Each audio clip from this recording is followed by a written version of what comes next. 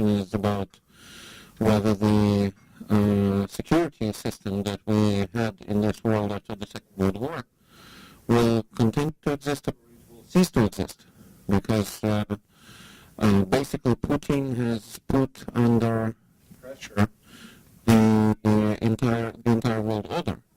The question is far wider than the question of Ukraine or its regions.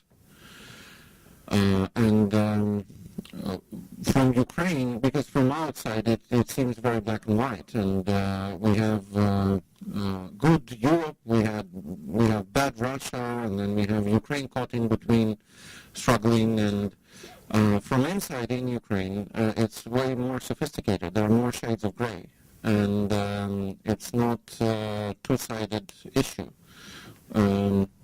Basically,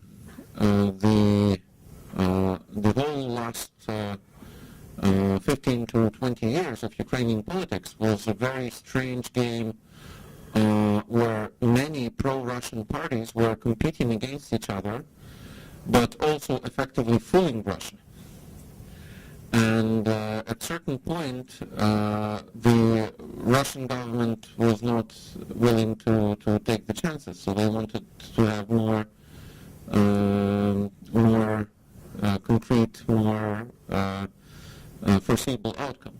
And what we had incredibly well-played pressure put on Yanukovych in the end of last year. But then when Maidan started, many people were viewing Maidan as something which was the resemblance of Maidan 2004, when we had the political opposition against the government. Well, it was not.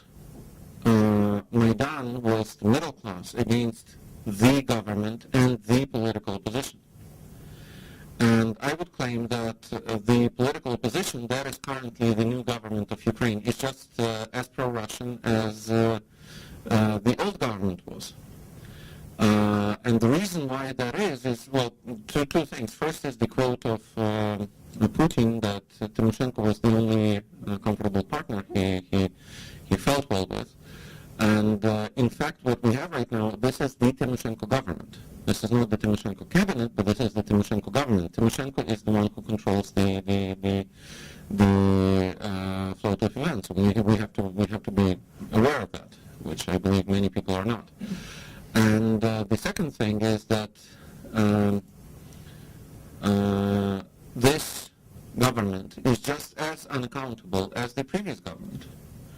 And because they both lack accountability, they basically work in their own interest. And their own interest is very well defined by the Kremlin. So we have no idea if right now, because the situation is very untransparent, we understand that in a situation when basically Ukraine is at war with Russia, the civil society opts not to criticize the government, but side with the government, hoping that the fears are just the fears. But in fact, we have no guarantee that the government is actually playing and doing its best to protect Ukrainian independence and Ukrainian sovereignty. Some of the moves were brilliant, like for instance putting some of the oligarchs in charge of the regions. That was a shortcut to re-establish security. It worked in Dnipropetrovsk, it didn't work in Donetsk. But we're not sure whether these were the movement in good faith. We're not sure whether there was a payment done by these oligarchs in one way or the other that would basically relieve them of any responsibility for whatever they've been doing for the last 20 years. We have no idea what kind of price was paid for that. We have no idea if there are any long-term lasting obligations taken by the Ukrainian government for these oligarchs. So we basically have no idea what the Ukrainian voter or Ukrainian taxpayer will have to be liable for.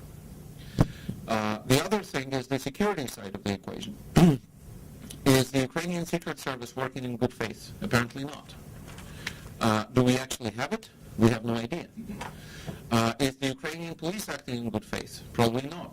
Do we actually have it? We don't know. Is the Ukrainian military intelligence working? We already know that it doesn't.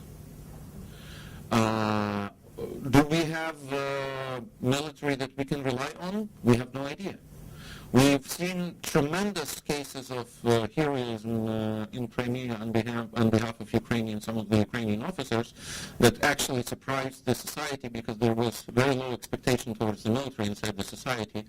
And, the Facebook and Twitter is now full of good wishes towards the military, and the girls are saying that they want the military parade in the end, and military officer is sexy again.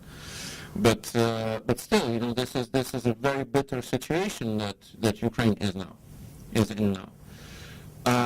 Generally, I would say that if we look at Crimea, what has happened in Crimea was a gradual loss that Ukraine has been constructing together with Russia, I would put it this way, but they're playing in different teams over the last 20 years. Russia has been the spoiler. Ukrainian government has been the party that didn't really understand how to deal with Crimea. Crimea we have to understand, this is a recolonized territory de facto. This was the territory, the Crimean Tatars were kicked out in 1944. The area was resettled by the Soviet, mostly retired, politically loyal people, which has basically made Crimea the Soviet Florida, I would put it this way. And what happened is Crimea is a place which is probably the most Soviet enclave we have anywhere in the former Soviet Union. This is probably the only part of the Soviet Union that has left. And what has happened a couple of weeks ago is basically a Soviet revolution, a replay of 1917. This is not a Russian revolution, this is a Soviet revolution. And this is another thing where I'm saying that the shades of gray are playing. And when Ukrainian government couldn't respond to the paternalist demand on behalf of the Crimean society, they eventually found someone who can respond to that paternalist demand within the understandable framework. And now we understand why Putin returned the Soviet anthem and made it the new Russian anthem, and all these symbolic things that are now playing in quite well. Then when you're speaking about east of Ukraine, the situation is very different because unlike Crimea, where there is a pro-Russian sentiment, it's definitely not 96% as we've seen in this phony referendum, but there is some pro-Russian sentiment. I would speculate anywhere between 40 and 60% of the inhabitants would really like to be a part of Russia. But when we're speaking about east of Ukraine is actually very well integrated with the rest of Ukraine. Sociology clearly shows that the pro-Russian sentiment is very low. And another situation that is very shades of gray, not black and white, is that the fact that people speak Russian there doesn't mean that they are pro-Russian. Actually, in Ukraine, the language already doesn't really mean that it's not correlated, or it is correlated, but correlated very, very vaguely with the political orientations. So you can speak Russian and be pro-European. You can speak Ukrainian and be pro-Russian. So it doesn't really matter. And but Putin is still playing the old stereotypes and the old cards. And now the real big problem that we have, is that the analytical capacity of the EU to understand all these shades of gray has not been used, has not been prioritized in the right way. So basically, what I'm stunned with is I'm talking with the politicians, I'm talking with the decision makers in the EU, and what they're giving me is the media sound bites. I mean, they shouldn't be giving me the media sound bites. They should be giving me their reflections upon the papers that they would get from the think tanks, from the policy units, from the analysis that they're making, and they're providing me the replay of the mistakes that CNN did the last night. And this is really a dangerous situation because as a result, the West is basically putting in false targets. So what do we have in Ukraine? Let me shortly underline and so we can move on, and I'll shut up here. First thing is there are three sides to the Ukrainian equation. pro-Russian Yanukovych, pro-Russian potentially Tymoshenko, and pro-European middle class that started the revolution, won the revolution, and once there was a chance that this revolution will succeed, Putin invaded. That's for us to understand. The problem of the civil society and middle class in Ukraine is that it lacks the capacity to build political institutions. It can act as a civil society, but for it to grow into political force, it needs assistance, and this is really where the West can play a very important role, assisting to, as I'm saying, injecting the institutional trust, assisting with moderation, assisting with creating the political analysis, assisting with creating institutions. This is what's really needed, not the money. So the European taxpayers can be relieved, understanding that their technical assistance is more needed than the financial assistance in that sense. But on the other hand, it all may become unnecessary should Russia really invade. And when they're claiming that it would take them 36 hours to go to the Polish border, I wouldn't be surprised. They may be right. We have no idea what the Ukrainian capacity of Ukrainian resilience capacity is. Yes, they would get into nasty guerrilla war. Yes, it would be very expensive. Yes, it would be very hard. But we basically put ourselves in a situation, and when I'm saying we, I'm saying both the Ukrainian government and the EU, where we're incredibly reactive to what Russia proacts. And we have to understand that it's not going to go anywhere. I mean, we have to resolve this crisis. We have to face it, and we have to become proactive. Because if we don't become proactive, it will not disappear.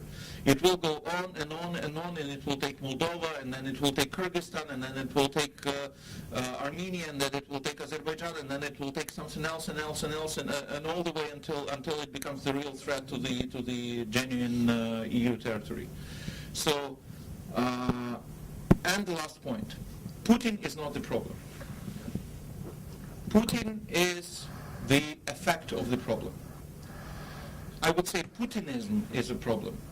And Putinism is as close to Nazism as we had in the experience of European history over the last 70 years. And that pretty much means that we don't have something that can be resolved by dismissing one person from the top. He has genuine support in Russian society of people who believe that people of other races should be erased or kicked out, or, there's genuine support for these policies. And that means that very tough mechanisms will have to be introduced to fight it. Very similar to mechanisms that were introduced in Germany after the Second World War. And this is very important to understand. Thank you very much. Yeah, thank you very much, Yevhen. You raised a lot of questions, touch upon a lot of issues, and thank you for the fantastic kickoff, because I think it will spark a debate here. And I will certainly would like to ask Nicu a bit later about Putin and Putinism and the distinctions you made, and also about Eastern Ukraine, and how do you analyze Russia's policy these days, and also pick up on this question you raised with regard to the EU proactive or not proactive. Which again you actually support, of course, from completely different angle, with completely different arguments than Russia, but still the problem remains. So my question to Andy is if you share this analysis, and if yes or not, what conclusions should be drawn from this? Should the West or the European Union rethink completely its approach to this government? How do you see it? That which came before, including the underperforming politicians from the Orange era. Yes, it was, there are a lot of middle-class activists, NGOs, self-organised groups like self-defence, etc. But also, the kind of sharp end, according to opinion polls, the fighters, the young men, were often young men from the provinces. Right? What they have in common is that they're outsiders, right? And they want complete change. Now that was a problem already before the uprising, whenever there was agreement between Yanukovych and the official opposition, it didn't stick because nobody consulted the guys on the Maidan. Whenever there was an attempt at such agreement, the Maidan forces would try and do something proactive to show that they mattered and they were the active ones. In fact, that's exactly what happened on the Tuesday that sparked the whole eventual uprising. So these guys don't trust the government, sorry, the old official parties in the government. Some of them are now in government, but not many. In cabinet. Yeah. So it's more a coalition at the top, yeah. So one line of conflict is between Sistema within the new government and the people who want to dismantle Sistema, the illustration or whatever. With the balance of forces clearly tilted towards the former. Right? There are not that many anti-Sistema politicians. The other is the nature of the two official opposition parties in that coalition. Yes, there are too many people from Baptist General Fatherland, with Tymoshenko trying to pull certain strings behind the scenes. Udar didn't want to be part of this arrangement because they saw it as an arrangement dominated by Sistema. But without them, this is the most compromised, most old style, with too many pro-Russian, or at least guys who want to do business with Russia, party. Svoboda, I think, should not have been included because it's in decline. Svoboda's raison d'etre was two things. One, that it was in origin a radical nationalist party, but it won 10% of the vote in the 2012 elections because it was the most radically opposed party then to the Yanukovych regime. So that's what got it a big vote in Kiev rather than West Ukraine. Quite simply, it has lost that function to the Maidan. Right? And in fact, the people on the Maidan got quite contemptuous of Svoboda during the protest. They weren't getting their hands dirty. When they did fight, it was often fighting with rival groups within the Maidan. And Svoboda was clearly attempting to free ride on the popularity of the people's demonstrations. Plus, in the past, it's played a kind of political technology role as a scarecrow for the old Yanukovych regime, and now is kind of doing the same thing for Russia. Look at all the extremists in government. So I think it was a mistake to give Svoboda such a prominent role, to treat it in some way as a proxy for the Maidan forces, and to give Svoboda plus some genuine Maidan guys over-representation in what Ukrainians call the Siloviki, right? The Defense Ministry, National Security Council, etc. Because again, that gives Russia traction. Look at the mad nationalists in charge of the security forces. How corrupt the government is, we don't know. Though Yevhen will tell you plenty of rumours off the record. There is a story in Ukrainska Pravda today, Stary metody нового уряду, old methods of the new government. How little, disappointingly, has changed. But that is also because the revolution only lasted a week. Right? As soon as Russia invaded in order to defeat the revolution, it didn't do so directly, but it may eventually do so indirectly. Because a lot of people are saying we have to sideline reforms, national unity is more important. And finally, that is being exploited by the old regime and the oligarchs. Again, they were only on the run for about a week. One of them's been arrested. But the surviving members, particularly the most important, Rina Takhamatov, seem to flip the tables. It's a survival strategy, but they're basically saying, don't touch me or my empire, or I will threaten the unity of the state by working with Russia. Akhmetov could clearly, well, not completely stop, but he could certainly attempt to stop the demonstrations in Donetsk. He's clearly not doing so. His strategy may well be the same as Russia's, which is to push for a radical federalisation, Bosnianisation of the country, which isn't really about constitutional arrangements. It would be an attempt to recreate the old system in one or more parts of Ukraine, so that the oligarchs survived and the business with Russia continued as usual. So that's a complicated answer to the question. There are some worrying things about the new government. It's certainly not as black and white as some people pick. It's not all nationalist, it's not all reformers. Though I actually haven't mentioned the reformers, there are some good guys who came from the NGO sector rather than the Maidan as well. That's worth mentioning.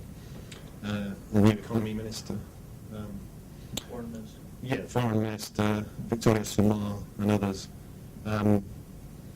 So it's a coalition. Coalitions don't last very long usually unless you have an agreement, an artificial agreement like in the UK to serve the cause. Yeah, thank you very much. And just one small remark. I would really differentiate the government and the cabinet. When we're saying the government, that includes the president or interim president, and that includes the parliament. When you say the cabinet, that's only the executive branch. And with the executive branch, there is very clear mission is for the executive branch to try to manage the crisis right now. But the wider picture is with Turchinov, who's the closest ally Tymoshenko ever had throughout her entire political career. And what he's doing, we have no idea. What his agenda is, we have no idea. What he's up to, we have no idea. And we start getting a lot of signals from different places that basically the old methods have been renewed under the new circumstances. Thank you, Yevhen. Many analysts predict that Putin will not stop Crimea, but I would be very... I'll start a bit with a kind of broader picture related to Russia. And it's post-Soviet, some kind of post... The political system which could subordinate the money to such a goal. So you saw Russian policy in the post-Soviet space kind of being beefed up throughout the last decade. There's also been a certain I think, personal element to this story, and that, of course, personal element is Putin. Putin's first term as a president was centered around the idea of territorial integrity, sort of Chechnya, and he was the stabilizer of the nation. His second term was built around the idea that he'll fight the oligarchs, will kind of eliminate these corrupt influences from the political side. Both of these slogans were very popular with the Russian public. Then you had Medvedev with the modernization story, and then at the beginning, or even before the beginning of his third term, Putin actually didn't stand for anything except for coming back to power. There was no ideology behind justifying his return. Because presumably he ensured stability, he ensured a kind of disconnect of the oligarchs from the political system. And then this idea of post-Soviet reintegration became really big in his narrative for coming back to the presidency. So a lot of his return and the way he framed his return to power as a stake, as a claim for his historical legacy, was related to post-Soviet, some kind of post-Soviet reintegration. And this was already a core idea in his campaign for the third term, which very quickly went into being developed as the Eurasian Union, based on the existing customs union. Of course, the strategy of trying to beef up some kind of post-Soviet influence in the post-Soviet states was both based on sticks and carrots. You all know the embargoes on Moldovan, Georgian wines, on Ukrainian chocolates, of offers of cheaper Russian gas as the carrot side. But actually, if you look at it, it didn't really work. It wasn't really enough to make sure that Ukraine follows what Russia offered it. It wasn't enough to kind of overturn Moldova. Even in Armenia, there was things involved which were not just related to economic incentives. And even if you look at Yanukovych, and with all the disaster and corruption that Yanukovych was, there wasn't a single moment when Yanukovych would say that he wants to join the customs union. So in a sense, this whole package of Russian sticks and carrots actually wasn't even enough to make Yanukovych want to join the customs union, which will bring us to the military intervention later. Then if you look at the economics of the customs union, there's quite a number of very interesting things. Basically, the customs union doesn't make sense economically at all. Every single post-Soviet state, they're basically the biggest trading partners of all the post-Soviet states, except Belarus, are China and the EU. So the EU is the biggest trading partner for Ukraine, Moldova, Georgia, Armenia, Azerbaijan, Kazakhstan. And China is the biggest trading partner for Uzbekistan, for Tajikistan, Turkmenistan, and Kyrgyzstan. And the US is for Uzbekistan. So only Belarus has Russia as the biggest trading partner. And all these countries joining the customs union means that this disrupts their existing trade and relationship with their biggest economic partners. Either making imports more expensive, so after the customs union, for example, Chinese goods in Kazakhstan became more expensive. Or it makes it more difficult for these countries to have an easier trade access to the European Union. So if Ukraine or Moldova would join the customs union, this would disrupt their trading relationship with the EU, which is bad economically. You also look at the data for the customs union, and in the first 11 months of last year, in 2003, trade between Russia, Kazakhstan, and Belarus went down by 7%. And trade of each of the customs union countries went up with the European Union. So basically, the customs union is making trading with non-customs union countries more complicated, and it didn't help to boost trade. Then, of course, you had the devaluation of the tenge in Kazakhstan as a partly reaction to Russian devaluation, because Russian goods are not more competitive. So you have a whole story around the very weak economic underpinnings of the customs union. You also have a big problem with Russian domestic political support for the customs union. 80% of the Russian population want visas for Central Asia. And the free movement of labor within the customs union is the single biggest attractive thing for a country like Tajikistan or Kyrgyzstan. And you have Russian society actually being against this kind of carrots of the customs union. So in any case, you have a problematic structural situation around the customs union. But all of it is actually compensated by a Russian desire to make up for this dysfunctionality. So this is compensated by a strong Russian political will to pay for it or to press countries into joining it. And of course, what you saw with Ukraine is that when everything else didn't work, you had basically military action, which is the kind of stick that no one can match. You also had a difference in approaches in the Russian approach to a government like that of Yanukovych or that of Armenia. With these governments, they could trade. They could persuade them not to sign the association, they could threaten, but these were governments with which Russia had some leeway. But if you go to the governments of Moldova or the new power or government in Kiev, it's clear that there is much less space for such trading. So basically here the focus is on undermining the ability of these governments to deliver on association and basically state consolidation. It was also interesting how in Putin's yesterday's speech, Putin started to appeal not just above the heads of the elites, not just to the Russian population, but to ordinary Ukrainians, but also ordinary Germans.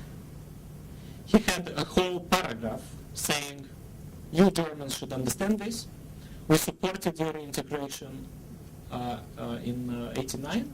Now it's payback time. You should support the integration of the Russian people the same way we supported the integration of the German people.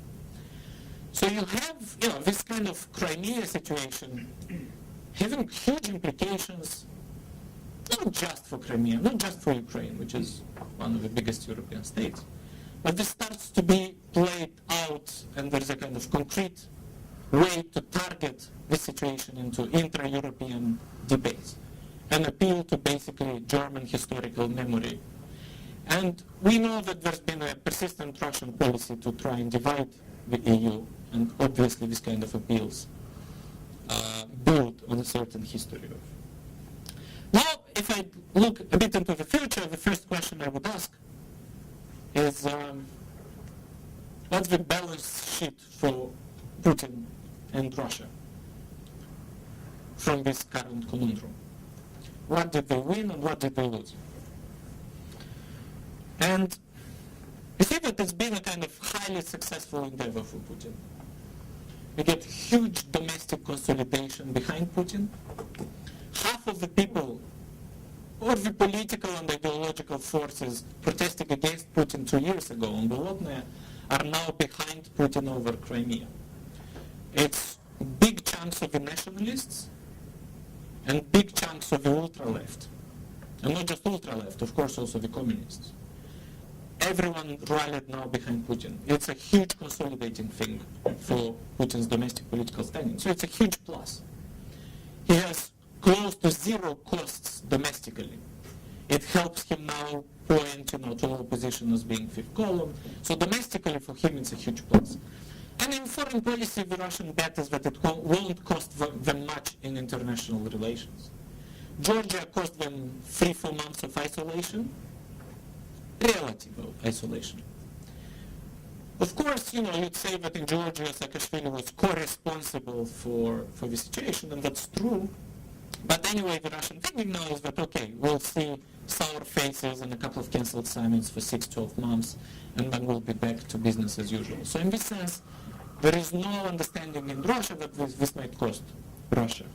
And they have, as I said, a huge domestic political boost, and a huge kind of way to manage and achieve their post-Soviet ambitions.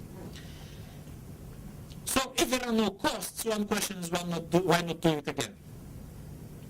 And a month ago, I would say that anyone saying what I'm going to say in the next 30 seconds, I'd say that this person is crazy.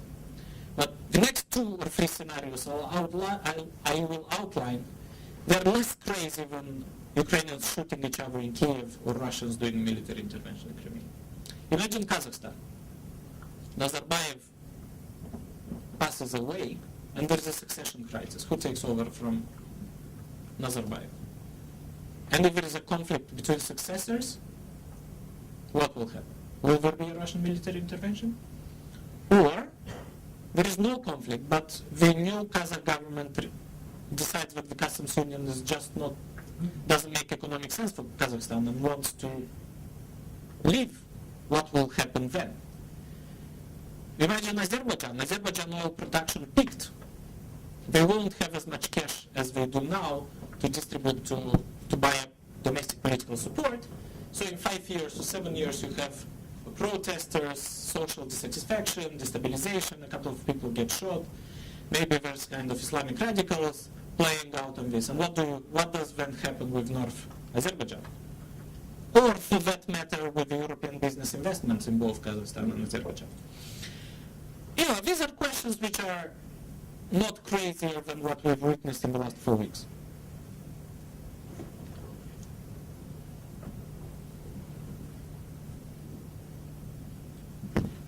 Of course, and I'll finish. Of course, on the minus side, you have the potential for consolidation of an independent Ukraine in terms of psychology and identity, not just formal state, formal international status. You also have the states being now much less willing and much more worried about a project like the customs union. But also you have much more fear.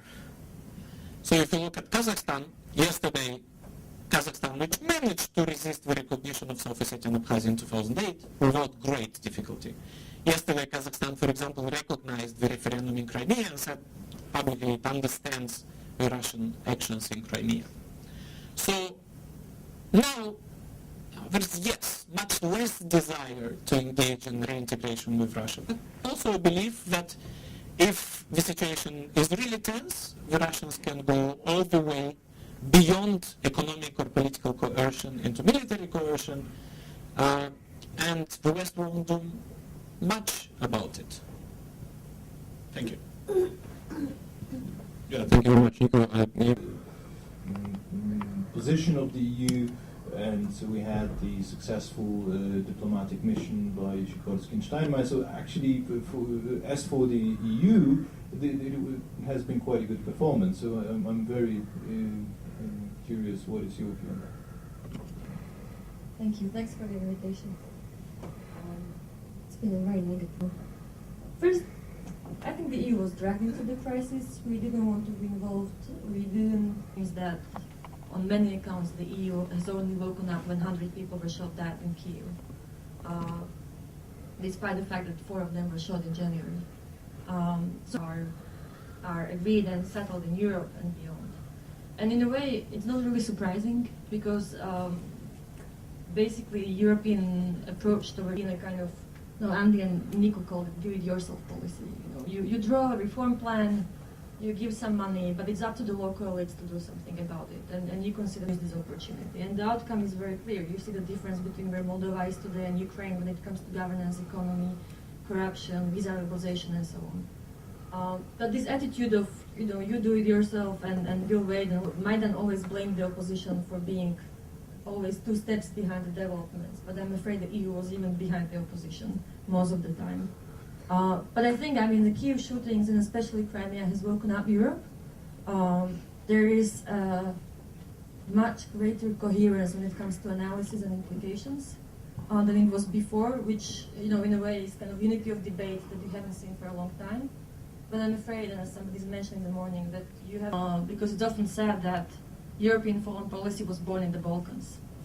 It was a terrible crisis. It cost a lot of life, but it gave birth to European foreign policy. And the question is whether the Ukraine crisis is gonna, be the case. I'm not as pessimistic, but there are reasons why people would think that.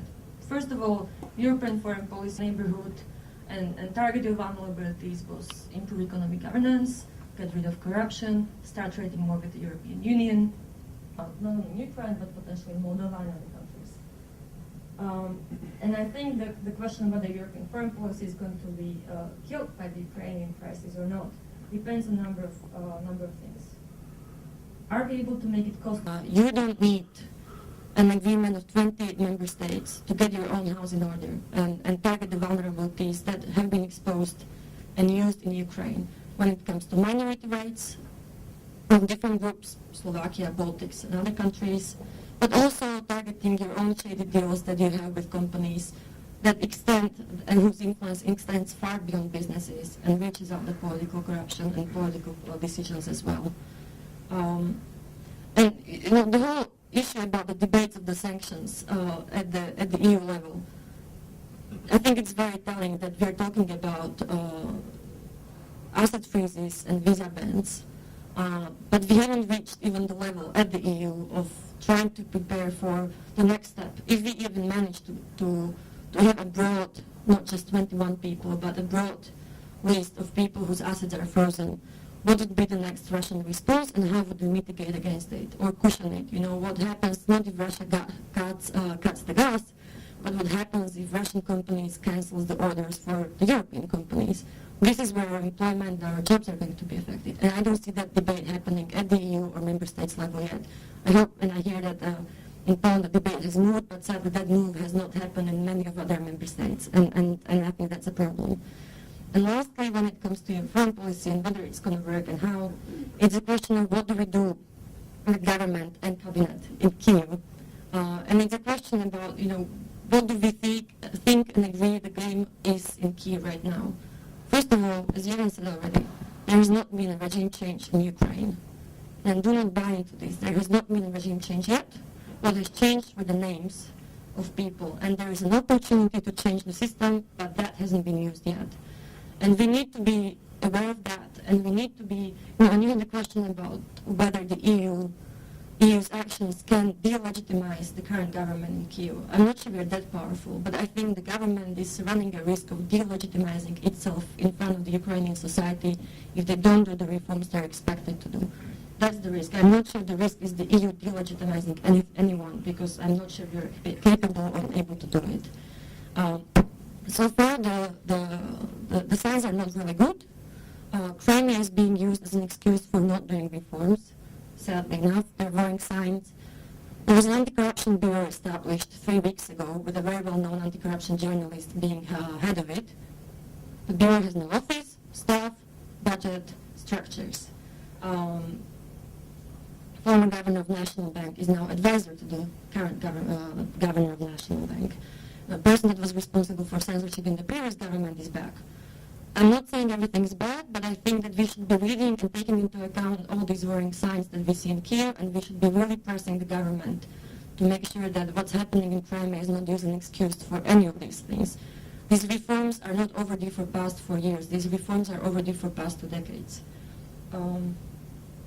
I actually have 2 questions that I hope. One thing is, why are we as the European Union not sending observers to Ukraine? We don't have to wait for OSCE agreement or consent or Council of Europe consent to do it. This can be done at the request of the government in Kyiv. And the second one is, why is nobody talking about parliamentary elections? This is a key problem. It's not even the presidential elections. It's the parliamentary elections that's going to legitimize what happened in Kyiv and what was happening in Kyiv for past 3 months. And that gives legitimacy to the government for the next couple of years, which is something that not only Maidan is waiting for, it's something that the foreign investors, banks, and everyone who wants to lend money to Ukraine is waiting for. And also here. Thank you very much, Jana. I think we have been given an excellent input here from the panel, and I would like to open the debate and ask you to pose your questions and comments, and I will be happy to give you some time to make up your minds what question you could ask. And in the meantime, pick up on what our panelists said and ask you one question, which I think maybe it's at the moment looks like science fiction, but still I think it's a scenario which should be also seriously considered, because we are focusing so much concerned about it, about this kind of scenarios. But should we exclude a completely different scenario, that Russia is not willing to go any further militarily, for example, because the risk of a war against Ukraine is simply too high, because the fight between the Russians and Ukrainians is not really something which would be welcomed by the Russian society. How this revolution in Ukraine has basically not led to a regime change for such negotiation for the sake of stabilization of the situation in Ukraine. So what is your take on that? And I'm just throwing it into anybody? Well, the first question was whether Russia would go first. The second is logistical. We already saw on Friday this move against the gas station, technically just north of Crimea. Crimea is a peninsula. It's almost an island. It gets its water, its gas. It relies on destabilisation, more or less as happening at the moment in places like Donetsk. Odessa, possibly too, in terms of spillover from Transnistria. And that could very easily spiral out of control. Because Russia will be playing it very close to the bone, because these are serious aims. Right? So it has to push quite hard in the rest of the country in order to obtain the successes it wants in the rest of the country. And that can easily misfire, or there can be miscalculations. If Russia is calculating properly, direct military intervention in southern eastern Ukraine is completely different to intervention in Crimea.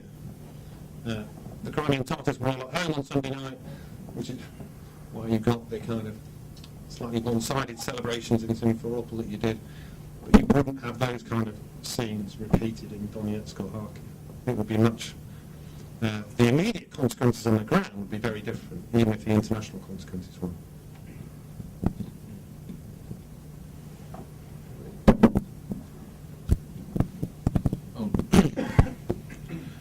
Before I provide any answer, I'd say that I was wrong with all my prognosis through, the last quite a bit of period of time, Well, yeah. So, I feel like, anonymous alcoholics, So, one thing is, it's very likely that Putin will not be trying to control, but will be trying to spoil, because control costs, and that cost is something that it would be very rational of Russia to avoid that cost. And if, for instance, Ukrainians, just like Moldovans, will be willing to pick up the social bill from the territory that they don't control, then Russians will be more than happy for the Ukrainian government to keep paying pensions on the territory that Ukrainians no longer control. That's the guess. The other thing is, or provide any educational or whatever, any opportunities, to these people. The cost of occupation of Ukraine, if we're talking about military intervention and taking over the country or its part, will be tremendous. And this is the cost that can knock down the Russian economy completely. But it will also bring the world to a very uncomfortable situation. Look, we're all going to be lucky if 10 years after this situation, somehow Ukraine and Crimea and whatever other actors there will find themselves in a new European Union or whatever, and there will be no discussion of borders. And this is something that is the issue for Kosovo and Yugoslavia, right? One day they will all be members of the EU and it won't matter whose border is where. But what if it doesn't happen? And one day we have to take the nuclear arms away from North Korea, or talk with someone else on something. And there are 20 odd troublesome countries in the world that will one day engage in some kind of dialogue with the developed world. What basically the issue is whether the EU, the United States, Australia, Japan, and other Western allies are willing to pick up the risk of having to pull the wrong lottery ticket and say that there is a delayed payment that will come 10 years, 15 years from now in form of certain international institutes not working anymore, like non-proliferation treaty, like any military treaties, like for instance NATO, is how far NATO is willing to go. Of course, the best thing that could have been done right now tactically would be to freeze the situation. And to freeze the situation, we would have to, as it was put today during the conference very brightly, to preventively escalate. If there would be massive military presence next to Ukraine, or even in Ukraine, on behalf of the Western allies, of course that would make the situation much tougher for Putin to decide whether he wants to act or not. And then there would be more space to decide, to act or to engage in some kind of dialogue, or to try to just agree with the new status quo, or do something. But that would mean that someone has to act. Obama administration has been reluctant to act until it's becoming really painful. The EU is not really the institution that is capable of acting that way. China's too far away. So we're in a situation where, as head of the Ukrainian BBC service put it brilliantly today, Ukraine will have to pay itself as a price for its own sake. So and this is really a risky situation. The other thing is the fifth column inside Ukraine. When the peaceful protests didn't work, we had the radicals stepping in. And I have a question. Where did these radicals come from? We haven't heard from them for years, and here they all come. We have to understand that the nationalists in Ukraine were the construct of the Party of Regions that they were claiming that they opposed. The reason why Svoboda became so popular in Western Ukraine was very simple, because Yulia Tymoshenko was taken off the list. People couldn't vote for Tymoshenko, so they went and they voted as a process for Svoboda. And that gave Svoboda a huge boost in the local elections, and then, as a consequence, boost on the national elections. In Kiev, because of the dysfunctional opposition, the liberals voted for ultra-right party, which is amazing. The centrists are voting for the ultra-right because they have no better option on the ballot.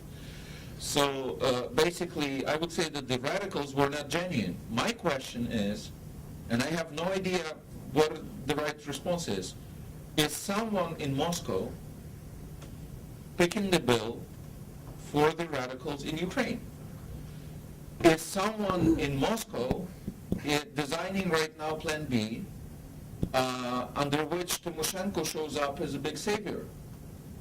And then whatever Russia didn't take militarily will take quietly in a soft power approach after having the constructive government in Kiev, which is actually not that far from the current government. That's the problem. What we have not seen the government of technocrats like government of Mario Monti in Italy. The current Ukrainian government has a couple of nice faces, but it's not the government of technocrats and people who are willing to take the reforms. And we have not seen the victory of Maidan, of the middle class, of the civil society. Actually, on the contrary, this crisis with Russia has sidelined the civil society. And the civil society right now is in a very awkward situation under which you have dysfunctional cabinet, you have dysfunctional government, and you can't really criticize it because you're in a zero-sum game concept, because you're either you stand up for your country, or you look like a traitor. And can this situation last for some while? Yes, it can, and that's the problem. Thank you very much. We have the first question here from Nicu, who is currently in Paris. What do you think about the role and the reaction of the United States? And analyzing sanctions from the so-called West, because there was the first part to the own public, and the second one to the Germans you mentioned, to the Americans, and to the whole world. So I'm asking actions, and it would be a clear picture for him. Thank you, Cornelius. Maybe I'll pick up some questions here as one, here in the second row. Thank you, new government. If the new government is pro-Russian, then with who should the EU talk about the situation if it's ineligible? That's one question. Yeah, for right now. The US about sanctions, if they play into Putin's hands, basically, and the question whom. I was actually just about to touch on the economic bit, and it seems that Jana and Yevhen Hlibovytsky in the room have been too affected in the last. Look, on the 3 weeks, I know a couple of EU missions, including the EU Rule of Law mission to Georgia, launched in 2005, which took 3 months to buy computers. So it's an unfortunate, but let's not be too harsh at the early stages. And having worked myself for an East European government, trust me, it is messy even in peaceful times. You can also get progress when you have, big bits of the government and the political class being corrupt, subordinated to oligarchic interests. What happens then is you get uneven progress on some institutions and on some reforms, but you don't get on others. So even with the whole Ukrainian government mess, let's see. It might be the case, especially with strong societal pressure, that on some institutions the Ukrainians will make some progress, on some others they will not. There will be a reshuffle in June probably, then another reshuffle. This is how transition worked. I remember at some point counting how many prime ministers Latvia had between 1994 and 2004, and we had 10 prime ministers in 10 years.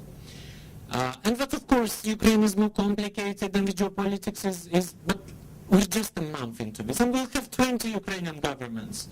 Count how many governments Italy had in the last 50 years. You can make progress even if politics is messy. You're not going to build a Singapore and an Estonia and a Sweden. But if we can build at least a Serbia in Ukraine, or at least a Romania in 15 years, we can, mess doesn't mean progress is impossible. Mess can lead. It can lead to state collapse, but it can also lead to something which is better than what we had in Ukraine 2 months ago. That's only kind of moderate optimism. Now, on the Russian economy. Well, basically the best situation for Putin is to have costless sanctions. Actually, there was a bit of a Russian joke saying, EU sanctions are so great because actually this is exactly what the Russian legislation says. Officials cannot have accounts in the West. So what the EU sanctions do is enforcing Russian legislation. You have a lot of people in Russia which see this as a purification moment. This is the time to cut the corrupt oligarchs and the corrupt blah blah blah, and to have a nationalized elite which is not beholden to access to their houses in London. It doesn't mean this part of the elite is less corrupt. Actually, a lot of them are less corrupt. But basically, there is this whole trend, which has been there for the last almost 2 years, this so-called nationalization of elites, where the idea was to cut and reduce links. This is where the Russian ban on having foreign government accounts came even before the EU sanctions. So this doesn't hurt. This actually helps Putin to partly purify the system, a lot of people like it, to reduce Western leverage. What would hurt is things which don't hit a couple of individuals, but things which hurt economically. So, for example, if the EU arrives to a situation where it introduces sanctions at companies involved in Crimea, say a Russian bank starts being, present in Crimea, and then this is subject to either American or European sanctions, this is what is going to hurt. This will not hurt quickly. There is basically nothing the West can do to make Putin, to impose costs on Putin in the short term, but in the mid-term, yes. Particularly with the trends in the Russian economy. Now you have several theories. Basically, last year, Russia, at the beginning of the year, the expectation of Russian economic growth was 3.9%, and at the end of the year, Russia ended up having 1.2%. And that's with the Sochi Olympics economic stimulus and infrastructure investment. In December, they had a drop in industrial production. So the expectation is that Russia will at least stagnate. If you look at the 15 billion Russian dollars promised to Yanukovych, they were taken illegally from the National Reserve Fund against the Russian legislation, which allows you to, it basically shows they didn't have cash, 50 million outside this billion. So there are serious economic problems. One theory, I don't know how justified, but that this kind of super aggressive foreign policy endeavor is partly coming from an understanding that the government wouldn't have the money anymore to deliver and to buy up the loyalty of the public, so they go for this patriotic rhetoric, which is strong enough to last for 2, 3, 4 years, but probably not longer. Because at some point, it might seriously backfire on the regime. And here is again the question is how the West will play into these sanctions. Now with the US. I think part of the problem with the US is that the US is much stronger than every single individual EU member state, but it's also less interdependent with Russia. So it's always easier for the US to slap hard both statements and sanctions because it affects the US. And the EU on this, individual EU member states are always more sensitive. The EU as a whole, on the contrary, is much more important economically for Russia. So for the EU, it takes much slower to mobilize consensus, but when it does, it has the potential to be much more painful for Russia than whatever the US will do. But partly the US, yes, plays now this role of actually pushing the rest of the EU to follow.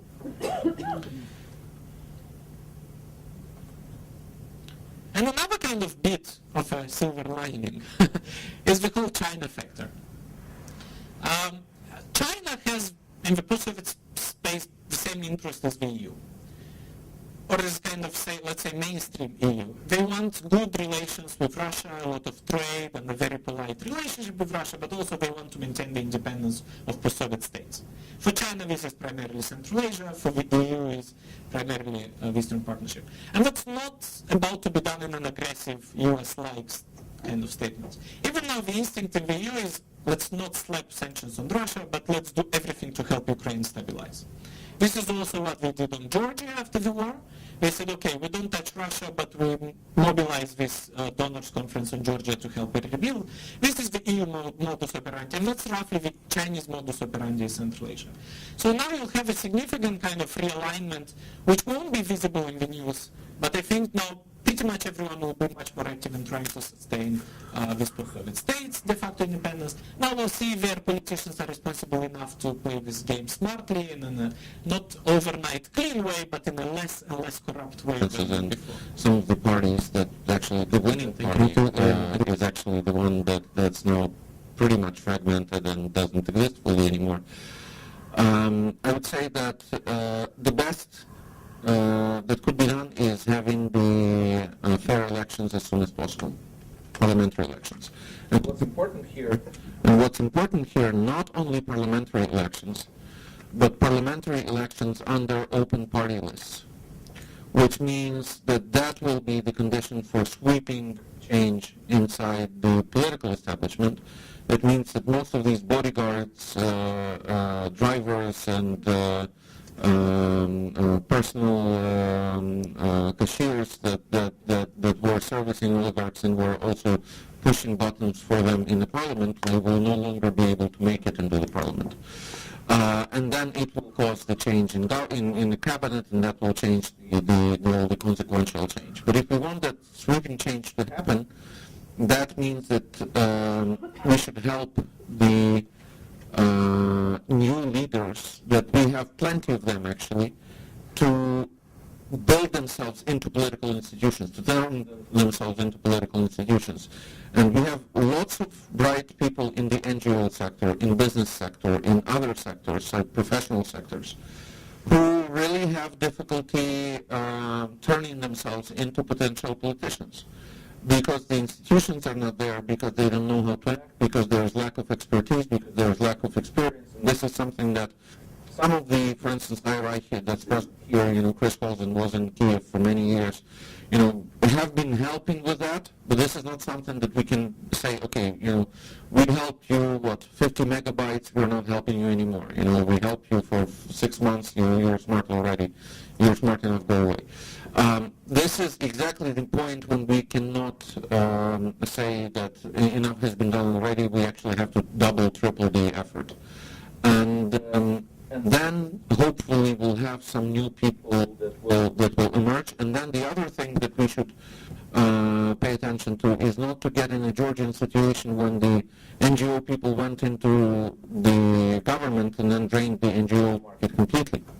And then, many observers are saying that the NGO market was better under Shevardnadze than under Saakashvili.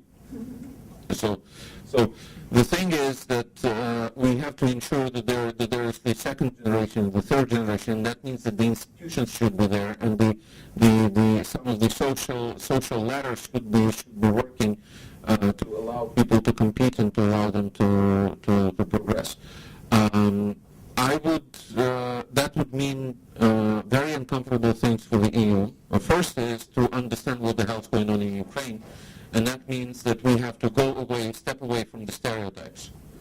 That means more analysis, that means smarter, even that means pressure on the newspapers to provide reliable information from the area. I've been working with some of the efforts helping there were like hundreds of correspondents coming to Ukraine, and all of them had, the first thing they were doing? They were opening the map and learning the names of the cities. You cannot be successful and have such ignorant press at the same time. And it only starts with the press. Then we go into analytical units, and then we go into government offices, and then we go into...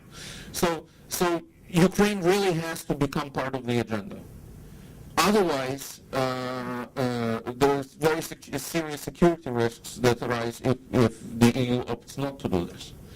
And I would say that the countries that are right next to Ukraine, right next to Russia, they understand it quite well, but it's very difficult to persuade someone, say, in Portugal, that this is important. And then that actually puts a question whether there is a unified effort of the 28 countries, or some countries are more equal than the others, to rephrase George Orwell. Let me stop here. I was going to say the same thing, but slightly differently.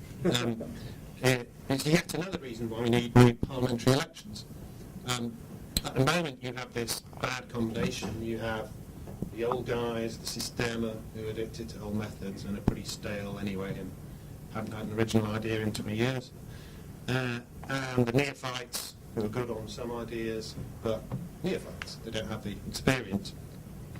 So elections help in two ways. They generate legitimacy so that people can act with the legitimacy, and they generate ideas and programs. People have to answer the basic question of, what are you going to do? How are you going to sort out the mess? So you get a clearer picture after an election than before. Thanks. Just quickly, I don't think the new government... Is it? I'm not sure the new government is pro-Russian when it comes to foreign policy. I mean, I think the worry is that it's about the Sistema that Andrei was talking about.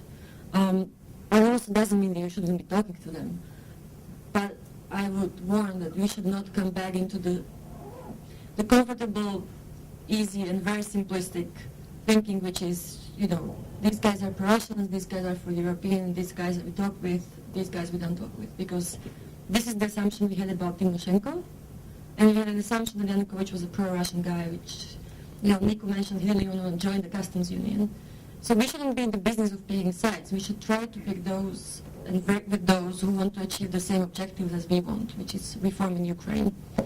And I think there are people in the government who are capable of doing it. They need a lot of help, not only in terms of finances, offices, and everything else, but also in terms of expertise and just basic support. But I think it's also about the messages we're sending. And this is where we're kind of falling into the trap. The first thing that we're talking about is, and the big discussion is about whether and when we offer EU membership perspective to Ukraine. Is this really the biggest thing that we can help with now? Why are we not signing the DCFTA? This is the blueprint for reform that Ukraine needs. We're not signing it. We are signing the association agreement, decoupling it from DCFTA, and we don't have a clear timeline on when we're going to sign DCFTA. This is not how you support reform. So it's on a Facebook, when you describe the relationship status, there's single, married, engaged, and then there's it's complicated. So I would say it's complicated as a basis for any Eastern policy now. So build your expectations based on it's complicated. So there are no easy solutions, and if you start building it with expectations like that, then you don't fall in the trap of someone not fulfilling your expectations, because then if it becomes easy, you're happy. Government, not pro-Russian. I just think it doesn't make sense to analyze post-Soviet politics in these terms. I don't think there are any pro-Russian governments in the post-Soviet space. The question, not even Lukashenko, not even Armenia, as we could see. There's governments which try to clean up their states and reform them, and there's governments that don't, creating opportunities to exploit this. So I think the main delineating line is not to look at pro-Russian, anti-Russian, pro-Western, anti-Western, but at what do they do in terms of domestic politics. Because what happens in the States is 90% the result of what the domestic political culture is, and the foreigners and the Russians and the West are just the last 5 or 10%, relevance for what happens. In this sense, I'm less uncomfortable with a pro-Western Orange coalition the way it happened as with Sargsyan, for example. I just don't think it's a kind of right analytical framework. Now, if we look a bit ahead on Ukraine, there's still a way to go ahead for Ukraine, and there's still a way to kind of build something which delivers a better life for Ukrainian citizens. And they deliberately don't take very high expectations. You know, it's not about building a Germany and a Switzerland in Ukraine. But look at Moldova. What happened in Crimea now happened to Moldova 20 plus years ago. In Transnistria, there was a local kind of pro-Soviet movement, there was a Russian military intervention, and lack of control of a good part of the state. Moldova is a mess, it's still the poorest country in Europe, but on a number of things it's managed to achieve more than Ukraine did. In a month and a half, Moldova will have visa-free to the EU because they did the right reforms. And Moldova fulfilled the EU conditions for that before Yanukovych said he's not signing association. So it's not a geopolitical discount given to Moldova because of the situation in Ukraine. It happened already before Yanukovych said no to association. So you can have visa-free to the EU even if you don't control a part of your territory. As long as Ukraine now manages to consolidate, you manage to contain the spillover effect from Crimea, to stop destabilization of eastern Ukraine, there is a possibility to focus and try to build up a state. Moldova is something like 40% higher on the cost of doing business, 40 places higher on the cost of doing business than Ukraine is. You can do something, even if you don't control all of your territory, also in terms of relations with the EU. Again, you're not going to build a Switzerland, not even in 50 years. But Ukraine can do better than it did, even if it will look messy and even if the bar is relatively low. There is progress to be made. This progress is not vetoed to external pressures. And this is the way to go now. Yeah, but the precondition is that Current members of parliament are not discussing when they're supposed to take place. And it's partly what you alluded to about the way these MPs, particularly from party of regions, were elected into the current parliament. It's about what they perceive much more. It's not about the legislation role they have, it's about also an issue of personal security. For a number of these people, so understandably there is not much openness about how do you get yourself out of the parliament. And some of them might face jail. The question is about how do you open up the political system, and it's a very, very fair question. But at the same time, I think the way to do it is just because the choice is not as diverse and as we would like to see. That's not an argument against having the elections. I mean, we probably wouldn't have elections in half of the European countries, which keep having the same governments for next 3 or 4 elections. Altogether.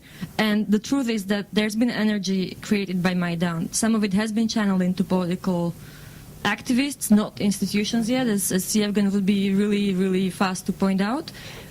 But political campaign, time frame, resources provide you that opportunity. And my worry is that that's not happening now. And I think, again, it's not about whether they're happening in March, April, but we need to have a discussion. I think Ukraine has to have a discussion about that. EU membership, I agree. It's important. I think it's much more important to send it as a signal for the Ukrainian society than for the government. My argument was not whether to have it tomorrow or not. The argument was let's not use it as everything that we can do. Focus on discussing the European membership for Ukraine or not. It's not the super most important thing, and the most important thing, and I hope that you can talk more about the divisions within Ukrainian society when it comes to foreign policy choices and when it comes to issues that unite the country. And as we have seen number of polls and research, it's still something that's not completely shared with everyone, and there is no unity around it when it comes to Eastern Ukraine preferences and everything else. That doesn't mean it shouldn't happen. It's a question of what do you take first and how do you proceed. Thank you very much. Now, Nicu? But look, we're in the middle of some pretty huge turbulence. So once we emerge out of it, we don't know at which altitude we are, in which direction we're going, and there's nothing wrong with this. Now it's fair for people to be focused on the crisis of the day, and every day we have a new crisis, both in the EU and in Ukraine and in Russia. So there's nothing wrong of not knowing what's our strategy and what we're going to do in the next few weeks or months. That's the situation. We need to manage it in the best possible way. And the single most important thing in this is to stop the contamination and the spreading of the Crimea situation into the rest of Ukraine, and of the Transnistria situation, which implies Russian military presence, into Odessa region and potentially Moldova. I think these are the two kind of potential flashpoints which could happen any day from now, and the way to do it is through strong diplomatic EU interventions on the subject in Moscow, and also probably by deploying basically monitors on the ground to limit any potential escalation of the situation. And if you look at the monitoring mission of the EU in Georgia after 2008, you see that it actually played a role in preventing any potential escalation around Georgia. There have been tense moments in Georgia, but this kind of EU presence is helpful in limiting and making the behavior of all parties a bit more decent. So I do believe if we could have some European presence in both Eastern Ukraine, and this would potentially, not guaranteed, but potentially help stabilize the situation so that we can focus on what happens in Kiev, transition, government, elections, reforms, sorting out, cleaning, IMF, stability, unity, and so many things which will be very hard to get, but not impossible. Thank you, Nicu, and Andy. What prevents parliamentary elections? I don't know if anybody answered that question. The answer is easy and obvious. MPs who would be decimated, don't want to hold them. Parliament is also the home of Sistema. So those who want to defend Sistema want to keep the old Parliament. Should there be an EU perspective? Why not? I mean, this is always a theocratic discussion anyway. The treaty is clear. If you're a European country and if you meet the Copenhagen criteria, then you are Copenhagen criteria. Particularly economically, if GDP per capita is only about $4,000. How do we reboot the party system? That's a really interesting question. Well, it was never a real party system anyway. You had charismatic parties, you had political technology parties, you had the Party of Regions, which was really the party, you know, in the old communist sense, the ruling party in the south and east. So in some ways it's good that all three of those types might disappear. And maybe we could be a bit elitist. I think a partial reboot would be an improvement. As long as you got one or two proper reform parties that could lead the rest, that would be an improvement. You know, I think we're bound to have a splintered system. That's what happens in all, has happened in all other transitions. But it's not necessarily the end of the road, or even prevents something that prevents a new beginning, as long as someone can lead that process. Lastly, is the Eastern Partnership dead? Yes. Yevhen, you have also 2 minutes, and then we will end on time. Controversial decision. And that's when the real problem with legitimacy takes on. With the association agreement, there is no controversy in Ukraine. The polls clearly show that majority of Ukrainians are in favor of association agreement, full stop. And you know, the pendulum has swung so vividly that we're not in a 50-50 situation. We're not even in a 60-40 situation anymore. So this is to respond to your question. Then, from the European political history perspective, and let me try to judge Ukraine according to European political history perspective. It's not a problem when a country makes a step away from democracy. The problem is when it becomes sustainable. You know, Mario Monti government is questionable how democratically it was conceived. You know, we have the ESB. You know, we have many institutions inside the EU that at certain point were a fast response to a crisis. But the question is that then, at first opportunity, this has to stop and we have to go back to democratic procedures. And this is exactly the claim towards the current Ukrainian government, that guys, okay, it's easy to understand. You know, Yanukovych ran away, took 10 or 12 billion dollars with him, or whatever, you know, he managed to put in his car or his plane. You know, the country is a mess, and someone has to step in and do something. And if someone proclaims himself to be a king, then, you know, hell with it, be a king, just, you know, deliver. But then we have to have the elections eventually, and these elections, I'm not even talking about having the date. There isn't even a roadmap towards the elections, and this is the problem. Then I bet that these current players, they have a consensus that they don't want the open party list system, because that means that most of them don't make it into the new parliament.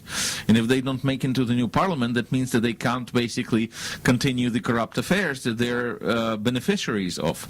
And that means that there will be no systemic change. And that means that Sistema will stay in power. And this is the real clash. And I think the EU should recognize this as a problem and should point out to the Ukrainian partners, whoever the EU will be communicating with in Ukraine, because we've got a whole bunch of English-speaking people now in cabinet, you know, who tend to be receptive to messages. Then, well, they should hear that. Then, speaking of the political parties, I would say that, look, even if we have the old shells with the new content, that's all right. That's already a transition.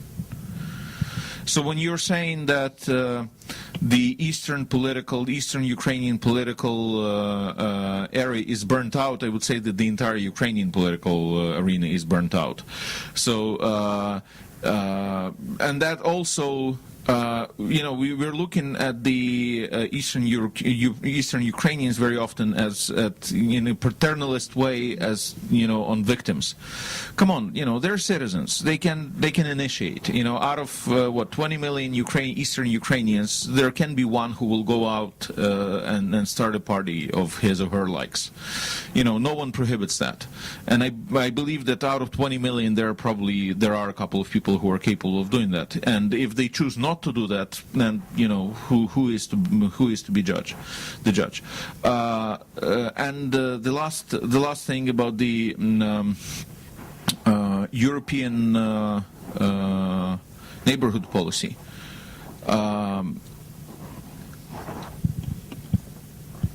Thomas Friedman of the New York Times once put it brilliantly. He says, if you need an expert to explain to you what the Palestinians and the Israelis agreed upon, it's not working. So I would say that ENP did not work from the very beginning, and it's not working now, and it should be reviewed. Yeah, thank you very much for that was the last word of